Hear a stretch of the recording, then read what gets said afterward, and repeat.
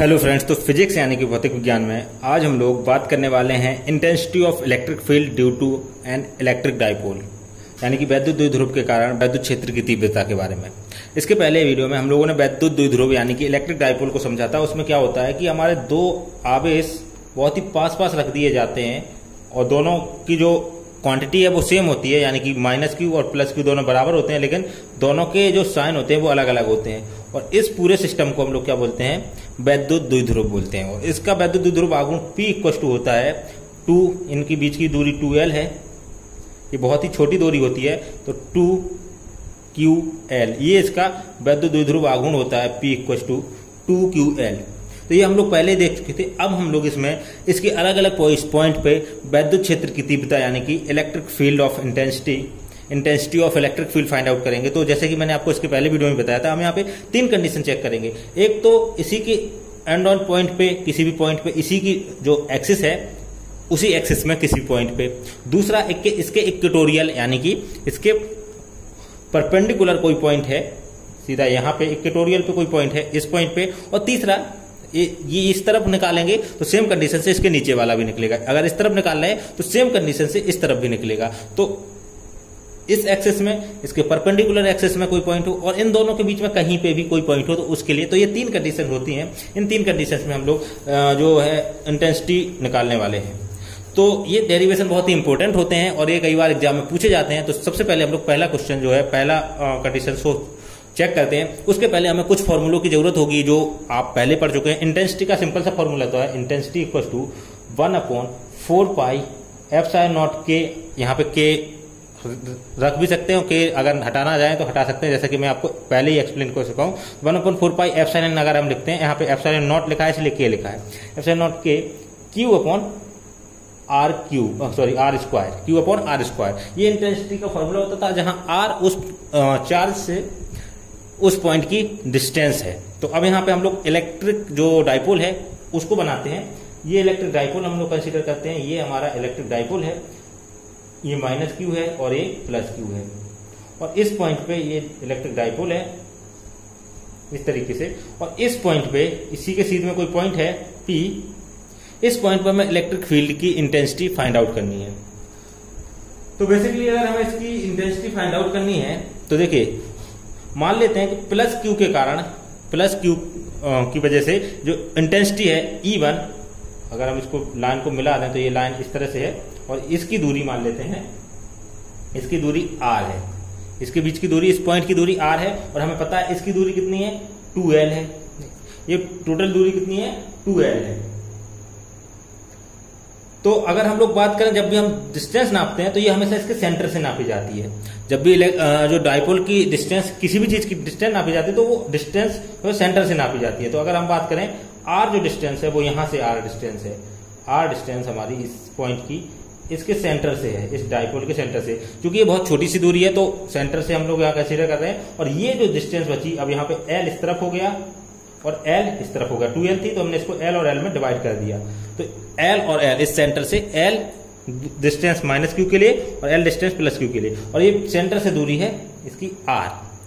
तो हमें इस पॉइंट पे निकालना है। तो सबसे पहले तो Q प्लस क्यू के कारण जो इंटेंसिटी निकलेगी E1 वो इस तरफ को होगी। ये हमें पता है कि प्लस के कारण जो है इंटेंसिटी होती है दूर की तरफ होती है, और माइनस क्यू के कारण जो इंटेंसिटी निकलेगी वो अंदर की तरफ होगी, इस तरफ को होगी। तो ये होगी E2। हमने E1 और E2 सिंपली लिख लिया है। अब E1 और E2 की वैल्यू निकालनी है। तो E1 की वैल्यू हो जाएगी 1/, इस फॉर्मूले से 1/4 एप्सिलॉन नॉट के Q, चूंकि दोनों बराबर हैं और यहाँ पे सिर्फ और सिर्फ चार्ज प्लस और माइनस है तो उससे डायरेक्शन चेंज होगी, जो कि हम पहले ही बता चुके हैं। डायरेक्शन E1 इस तरफ को जाएगा, E2 इस तरफ को जाएगा। तो Q अपॉन जो डिस्टेंस है, तो डिस्टेंस कितनी है, प्लस क्यू की अगर हम लोग देखें, यहां से डिस्टेंस देखें तो ये R माइनस L है। अगर हम इतनी डिस्टेंस देखते हैं यहां से लेकर के यहां तक की डिस्टेंस इस पॉइंट की, तो R माइनस L है। क्यों? क्योंकि यहां तक की डिस्टेंस R है, ये डिस्टेंस R है और हमें यहां से प्लस क्यू से डिस्टेंस निकालनी है। तो इसमें से ये जो डिस्टेंस है ये कम हो जाएगी और ये डिस्टेंस कितनी है, L। तो यहां पे हो जाएगा R minus L, R minus L का स्क्वायर। ये E1 निकल आया। इसको इक्वेशन 1 दे करके हम छोड़ सकते हैं। और अब हम निकालते हैं, ये इक्वेशन फर्स्ट है, और हम निकालते हैं E2। तो E2 जो निकलेगी वो भी इसी फॉर्मूले से हम लोग E2 की वैल्यू निकालेंगे। E2 की वैल्यू हो जाएगी 1/4 एप्सिलॉन नॉट के क्यू अपॉन, अब देखिए यहाँ पे डिस्टेंस r क्या होगी, तो देखिए r तो डिस्टेंस a थी और इस माइनस पॉइंट से निकाल रहे हैं तो ये l इसमें ऐड हो जाएगी, तो ये हो जाएगी r प्लस l का होल स्क्वायर, क्योंकि यहाँ पे r इतनी डिस्टेंस थी और l ये डिस्टेंस ऐड हो जाएगी। तो यहाँ पे देखिए दोनों हम लोगों ने E1 और E2 सिंपल से फॉर्मूले से, इसी फॉर्मूले से जो हमारा हम लोग इसके पहले फॉर्मूला पढ़ चुके हैं, तो ये क्वेश्चन नंबर इसको हम 2 दे देते हैं, है ना। आपको एग्जाम में भी ऐसे ही लिखना है और इसके नोट्स आपको हमारा जो एंड्रॉइड ऐप है वहाँ पे आपको डिटेल नोट्स मिल जाएंगे, तो आप उसको इंस्टॉल कर सकते हैं। ऑल इन वन सॉल्यूशंस के नाम से है, आप प्ले स्टोर पर सर्च कर सकते हैं या फिर लिंक मैं नीचे डिस्क्रिप्शन दे दूंगा, आप वहाँ से इसको इंस्टॉल कर सकते हैं। अब देखिए यहाँ पे दोनों अपोजिट डायरेक्शन में है, यहाँ पे डेफिनेटली जो आर के जितनी दूर होगा उतनी कम इंटेंसिटी होगी, तो प्लस पास में है तो प्लस की वजह से E1 बड़ा होगा, E2 छोटा होगा, लेकिन दोनों अपोजिट डायरेक्शन में, तो रिजल्टेंट E जो होगा, टोटल E इस डायपोल के कारण वो होगा E1 माइनस E2। क्लियर है? E1 माइनस E2 क्यों? क्योंकि E1 बड़ा होगा, E2 छोटा होगा। ठीक है, तो अब हम यहाँ पे सिंपली E1 और E2 की वैल्यू रख देते हैं। E1 और E2 की जब हम वैल्यू रखते हैं तो इसके नीचे ही मैं लिख देता हूँ, यहाँ पे जगह छोड़ देता हूँ, तो E1 और E2 की वैल्यू रख देते हैं। तो E इक्वल टू हो जाएगा 1/4 एप्सिलॉन नॉट के Q upon r minus L का स्क्वायर माइनस 1/4 एप्सिलॉन नॉट के Q upon r plus L का स्क्वायर, r माइनस एल का स्क्वायर इसके लिए ये वाली वैल्यू और E2 की ये वाली वैल्यू रख दी। ये दोनों वैल्यू रखने के बाद अब हमें क्या करना है, हमें सिंपली इसको सॉल्व कर लेना है। तो 1/4 एप्सिलॉन नॉट क्यू कॉमन आ जाएगा, तो इसमें से हम कॉमन ले लेते हैं 1/4 एप्सिलॉन नॉट के क्यू, और यहाँ पे जो हमारे पास रिमेंडिंग बचेगा 1/r माइनस एल का होल स्क्वायर, और ये बचेगा माइनस 1/r प्लस एल का होल स्क्वायर, ये हमारे पास रिमेनिंग बचता है। तो ये हम इसको बाहर ही रखते हैं, क्यू अपॉन 4 एप्सिलॉन नॉट के, और यहाँ पे देखिए इसका जब हम एलसीएम लेंगे तो ये हो जाएगा, एलसीएम जब इसका लेंगे, नॉर्मल कैलकुलेशन सॉल्व करनी है तो कोई बड़ी बात नहीं है, तो ये हो जाएगा r माइनस एल और r प्लस एल, इन दोनों का होगा तो r माइनस एल का square into r plus L का स्क्वायर, सिंपली हमने इसका एलसीएम ले लिया, तो यहाँ आ जाएगा r प्लस एल का होल स्क्वायर और यहाँ आ जाएगा r माइनस एल का होल स्क्वायर। ये सिंपल सा मैथमेटिक्स सॉल्व कर रहे हैं, कोई बड़ी बात नहीं है इसमें। अब देखिए ये हो जाएगा q अपॉन 4 एप्सिलॉन नॉट के, इसको हम ओपन कर दें ब्रैकेट को, तो ये हो जाएगा r square plus L square plus 2rl, ये माइनस पूरे में रहेगा, तो ये हो जाएगा r स्क्वायर प्लस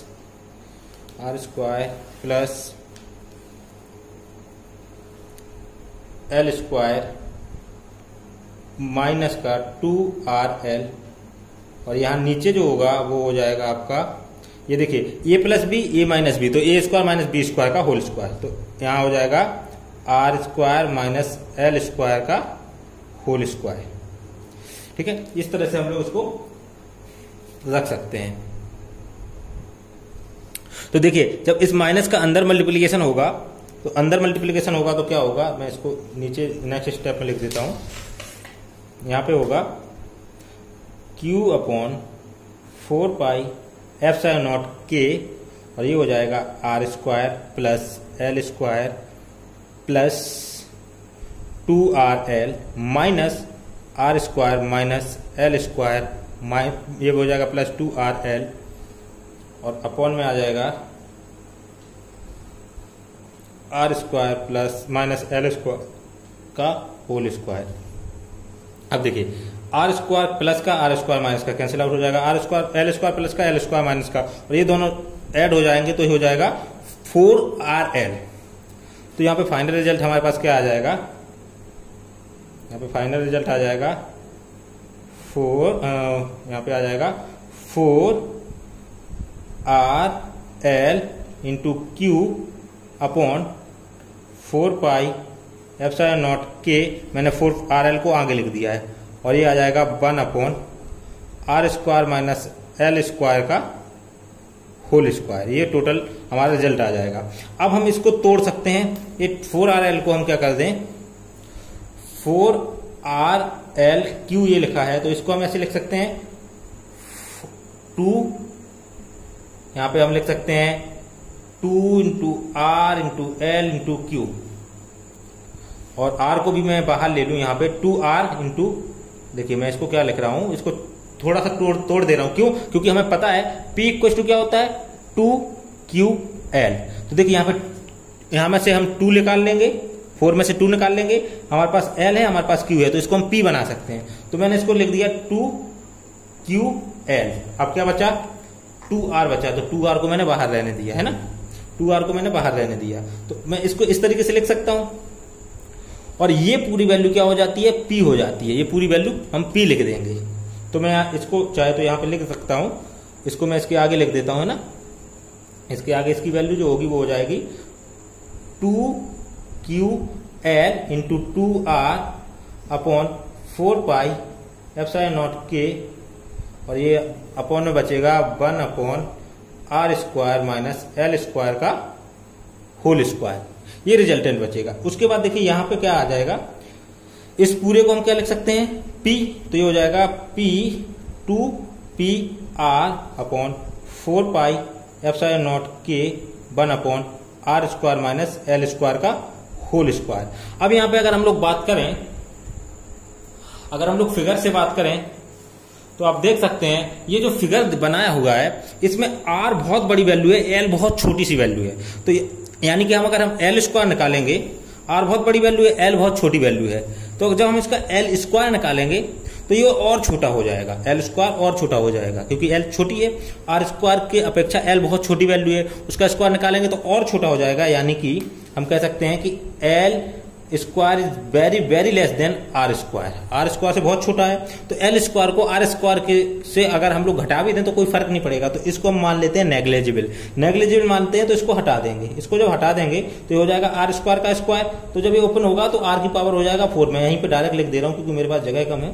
तो ये हो जाएगा r की पावर 4, और देखिए r की पावर 4 और एक r यहाँ पर है तो एक पावर कम हो जाएगी, तो यहां से मैं एक पावर इसकी कम कर दे रहा हूं, तो ये बचेगा r³। तो यही हमारा इंटेंसिटी का फॉर्मूला है। E इक्वल टू, इसको और अच्छे से अगर मैं लिख दूं यहाँ पे, तो E इक्वल टू हमारा हो जाएगा 1/4πε0k 2p/r। तो ये हमारा सिंपल सा फॉर्मूला हो जाता है। तो अब हम लोग वापस से अपने डायग्राम पे आ जाते हैं। हमारे पास ये डायग्राम है, तो इसके लिए इंटेंसिटी का फॉर्मूला, अब मैं ये सारी चीजें इरेज कर देता हूं। आपको ये नोट्स सारे मिल जाएंगे, आप चाहें तो इसको भी वीडियो को पॉज करके नोट्स बना सकते हैं। तो E इक्वल टू हो जाएगा 1/4πε0k 2p/r³। ये सिंपल सा डेरिवेशन आपसे पूछा जाता है कुछ नहीं, आपको E1 और E2 निकालने और सिंपल से E1 माइनस E2 कर देना। सिंपल सा कॉन्सेप्ट है और पूरा मैथमेटिक्स बेस्ड है, तो आपका ए वाला वैल्यू फाइंड आउट हो जाएगा। अब हम लोग नेक्स्ट जो है इसके टॉप पॉइंट पे निकालेंगे। तो नेक्स्ट वीडियो में हम लोग डिस्कस करेंगे कि इसका जो या फिर मैं इसी वीडियो में, क्योंकि ये वीडियो बहुत ज्यादा लंबा नहीं हो रहा है, तो इसी वीडियो में इसके पॉइंट पे भी हम जो इक्वेटोरियल पॉइंट है उस पे भी इलेक्ट्रिक फील्ड की इंटेंसिटी निकाल लेते हैं। तो मैं ये सारा इरेज कर दे रहा हूं और फिर से स्टार्ट करता हूं। तो अभी हम लोगों ने इसके जो पॉइंट था, इस पॉइंट पे कोई ये पॉइंट इसी के एक्सिस के सीध में था, उस पॉइंट पे electric field, intensity of electric field यानी कि विद्युत क्षेत्र की तीव्रता फाइंड आउट की थी, और उसका हमारा सिंपल सा फॉर्मूला E इक्वल टू आया था 1/4πε0k 2p/r³। ये हमें अभी फॉर्मूला मिला था जबकि इसी के सामने पॉइंट हो। अब मान लेते हैं कि इस पॉइंट पर हमें इलेक्ट्रिक फील्ड की इंटेंसिटी निकालनी है। ये बिल्कुल इसके बीचों बीच है, यहां से ये इसके बीचों बीच है, तो ये डिस्टेंस L है, ये डिस्टेंस भी L है, और ये डिस्टेंस हमें फाइंड आउट करनी है, और ये डिस्टेंस यहाँ पे R है। तो देखिए ये डिस्टेंस R है और ये डिस्टेंस जो कि बीचों बीच में है, तो ये डिस्टेंस भी R होगी। हमें इस पे इलेक्ट्रिक फील्ड की इंटेंसिटी निकालनी है। तो प्लस चार्ज के कारण जो E1 होगा वो इस तरफ को होगा, E1 हमारा इस तरफ को होगा, और E2 माइनस चार्ज के कारण है तो माइनस की तरफ होगा, तो ये होगा E2 इधर, E2 इधर होगा। अब हमें E2 इधर होगा, अब देखिए अगर हम इस लाइन को ड्रॉ कर लें, इस लाइन को ड्रॉ कर लें तो ये सिंपल सा ट्रायंगल बन जाएगा, राइट एंगल ट्रायंगल। और जैसे कि मैंने बोला था कि सारी डिस्टेंस सेंटर से मेजर करते हैं तो ये हमें वैल्यू निकालनी है, और ये डिस्टेंस हमें दी हुई है r, क्योंकि हम r डिस्टेंस की बात करते हैं तो ये डिस्टेंस हमें r दी हुई है और हमें ये वाली डिस्टेंस निकालनी है। तो देखिए ये जो ये ट्रायंगल है, ये और ये और ये तो सीधा सिंपल सा पाइथागोरस थ्योरम से निकल आएगा। तो यहाँ पे हमारे पास एक ट्रायंगल बन रहा है ये, तो यहाँ पे अगर हम लोग यहाँ पे बात करें, ये जो वैल्यू निकलेगी इसको L मान लेते हैं, इसको मान लेते हैं हम x मान लेते हैं। तो x की वैल्यू जो निकलेगी पाइथागोरस थ्योरम से, r का स्क्वायर प्लस l का square equals to x square, तो x square equals to r का स्क्वायर प्लस l का स्क्वायर पाइथागोरस थ्योरम से। तो x की वैल्यू निकल आएगी under root of r square minus l square. तो हमें ये वैल्यू फाइंड आउट होगी। बेसिकली हमें x स्क्वायर की वैल्यू चाहिए होती है, तो x स्क्वायर की वैल्यू पता है, या फिर हमें यूं कहें कि x की वैल्यू हमें पता है। अब हम जो वैल्यू यहाँ होगी वही सेम वैल्यू यहाँ होगी, क्योंकि दोनों इक्वल डिस्टेंस पे होते हैं, ये यहाँ से सेंटर से इक्वल डिस्टेंस पे होते हैं। तो इसके लिए जो हमारा E1 की वैल्यू आएगी इसी फॉर्मूले हम लोग रख देंगे। तो यहाँ पे भी हमें निकालना है E1। तो E1 की जो वैल्यू आएगी वो क्या आएगी, 1/4 pi epsilon not k Q upon r square, यानी कि ये डिस्टेंस का स्क्वायर। तो ये x की वैल्यू है तो इसका x का स्क्वायर, चलिए मैं यहाँ लिख देता हूँ x का स्क्वायर, और x स्क्वायर की वैल्यू हम रख देते हैं। तो x स्क्वायर की वैल्यू क्या हो जाएगी, r square plus l square. ये क्वेश्चन नंबर फर्स्ट हो जाती है। अब E2 निकाल लेते हैं। E2 की क्या से निकलेगी, 1/4 pi epsilon not k Q upon, अब देखिए यहाँ पे भी same r square plus l square. तो ये क्वेश्चन नंबर 2 हो गई। अब ये दोनों एक इस डायरेक्शन में है, दूसरा ऊपर की ओर डायरेक्शन में है, तो हमें इसका रिजल्टेंट निकालना होगा जो कि इस तरफ को कहीं होगा, है ना। तो ये हमें फाइनल E निकालना है। तो E की जो वैल्यू होगी, E की चूंकि ये वेक्टर है तो E1 प्लस E2 हम कह सकते हैं, लेकिन ये वेक्टर है तो हमें इसका रिजल्टेंट निकालना होता है। तो आपने पैरेललोग्राम लॉ पढ़ा होगा, या फिर तो क्या करते हैं हम इस पूरे के पूरे फिगर को यहाँ नीचे बना लेते हैं और यहाँ से स्टार्ट करते हैं। ये पॉइंट है, देखिए E1 ये रहा, ये E1 है, ये हमारा E2 है। अब यहाँ पे देखिए कुछ चीजें हमें देखनी है। अगर ये एंगल थीटा है, ये एंगल थीटा है, तो अगर हम इसको एक्स एक्सिस और वाई एक्सिस को यहाँ मान लें तो ये एंगल भी थीटा होगा। ये हमारे पास जो दो ये अगर ये थीटा है तो ये भी थीटा होगा। ये हमारे पास जो है दो लाइन, अगर ये देखिए ये एक लाइन है और ये दूसरी लाइन है, दो पैरेलल लाइन है और उसको एक लाइन काट रही है। तो जब एक लाइन दो पैरेलल लाइन को काटते हैं तो उनके बीच में जो कोण बनता है वो सेम बनता है। तो ये एंगल थीटा है तो ये भी थीटा होगा। तो अगर हम इसको एक्स और वाई कोऑर्डिनेट में तोड़ दें, मैं यहाँ पे डायग्राम, इस डायग्राम को साफ देखिए इसलिए यहाँ बना रहा हूँ, है ना। तो देखिए ये एंगल कितना होगा, थीटा होगा। ये एंगल थीटा होगा तो डेफिनेटली ये एंगल भी थीटा होगा। तो अब हम इसको जो कॉस और साइन में तोड़ सकते हैं, इसको हम क्या कर सकते हैं, कॉस और साइन में तोड़ सकते हैं। तो अगर ये थीटा है तो चूंकि ये 20 से डिवाइड कर रहा है तो ये भी हमारा थीटा होगा। ये क्लियर है, ये भी हमारा थीटा होगा। इसको करने के मल्टीपल तरीके हैं, लेकिन उनमें से एक तरीका है हम ये यूज कर रहे हैं। तो वेक्टर डिकम्पोजिशन आपने पढ़ा होगा। वेक्टर डिकम्पोजिशन में जिसके साथ एंगल दिया रहता है, जैसे थीटा यहां दिया है तो उस डायरेक्शन में उसका कॉस फैक्टर जाता है। तो यहां हो जाएगा E1 कॉस थीटा, ठीक है। और देखिए E2 भी इसी, और इसका साइन थीटा उसके अपोजिट एक्सिस पे जाता है, यानी कि यहाँ पे इस एक्सिस के साथ एंगल दिया है तो यहाँ पे आ गया E1 कॉस थीटा, यहाँ पे चला जाएगा E1 साइन थीटा, है ना। और इसके देखिए यहाँ पे भी एंगल किसके साथ दिया है, इसके साथ दिया है, एक्सिस के साथ। तो यहाँ पे E2 जो होगा वो होगा E2 cos थीटा, है ना। E2 cos थीटा इस डायरेक्शन में, इस डायरेक्शन में जाएगा E2 sin थीटा। अब देखिए E1 इक्वल टू E2 है तो E1 sin theta equal to E2 sin theta होगा। अभी हम लोगों ने चेक कैलकुलेट किया तो E1 इक्वल टू E2 आया, दोनों बराबर आ रहे हैं। तो E1 sin theta equal to E2 sin theta आएगा, क्योंकि थीटा भी तो बराबर है दोनों का।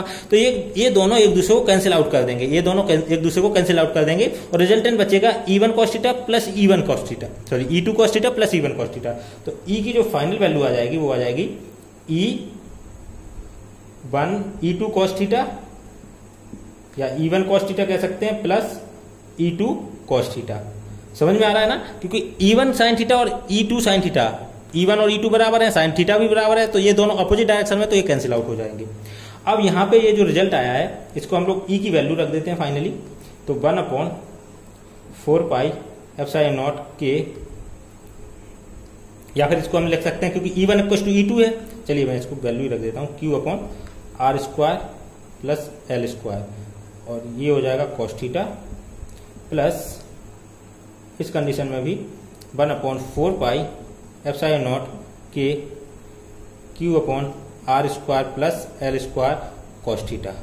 अब यहाँ पे देखिए cos थीटा की वैल्यू आपको फाइंड आउट करनी है, तो cos थीटा की वैल्यू क्या हो जाएगी, cos थीटा की वैल्यू हो जाएगी, देखिए ये ट्रायंगल है, ये वाला ट्रायंगल आप कंसीडर करिए, तो यहाँ पे देखिए cos थीटा इक्वल टू होता है क्या, ये cos थीटा की वैल्यू हो जाएगी यहाँ पे, तो यहाँ पे cos थीटा की वैल्यू हो जाएगी L/x, ये हो जाएगा L/x, तो यहाँ पे हम कह सकते हैं cos थीटा की वैल्यू हो जाएगी, L की वैल्यू तो L ही रहेगी, और x की वैल्यू हम यहाँ पे निकाल चुके हैं √L² प्लस R², सॉरी ये प्लस है, यहाँ पे मिस्टेक हो गई थी, यहाँ पे प्लस है, तो यहाँ पे L² प्लस R², तो देखिए ये सारी चीजें तो कॉमन है, तो इनको मैं बाहर ले लेता हूं, तो E की जो फाइनल वैल्यू हो जाएगी, E की जो वैल्यू होगी 1/4 पाई एप्सिलॉन नॉट के Q/r² प्लस L², और ये हो जाएगा 2 cos थीटा, 2 cos थीटा।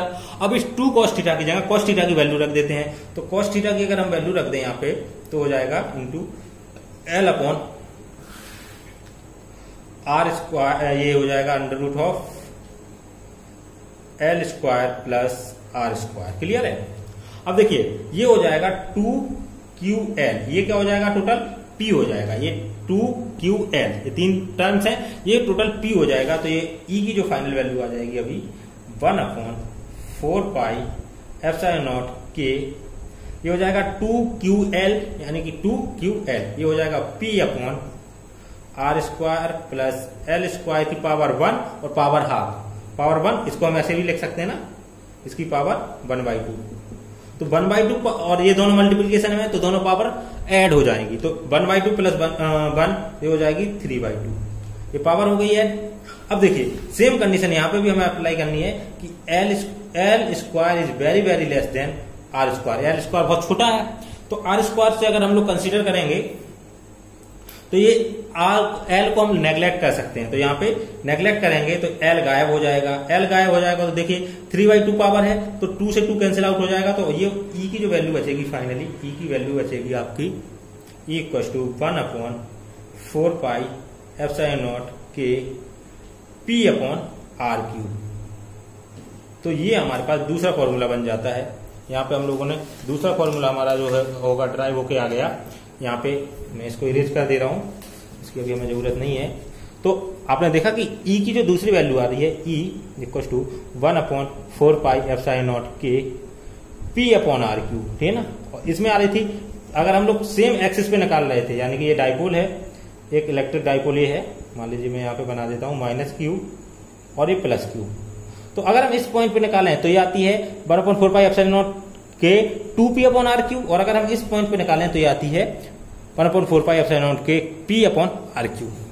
अब यहाँ पे एक पॉइंट और रह जाता है कि अगर इन दोनों के बीच में किसी इस पॉइंट पे, थर्ड पॉइंट पे आ जाए, तब कैसे निकालना है।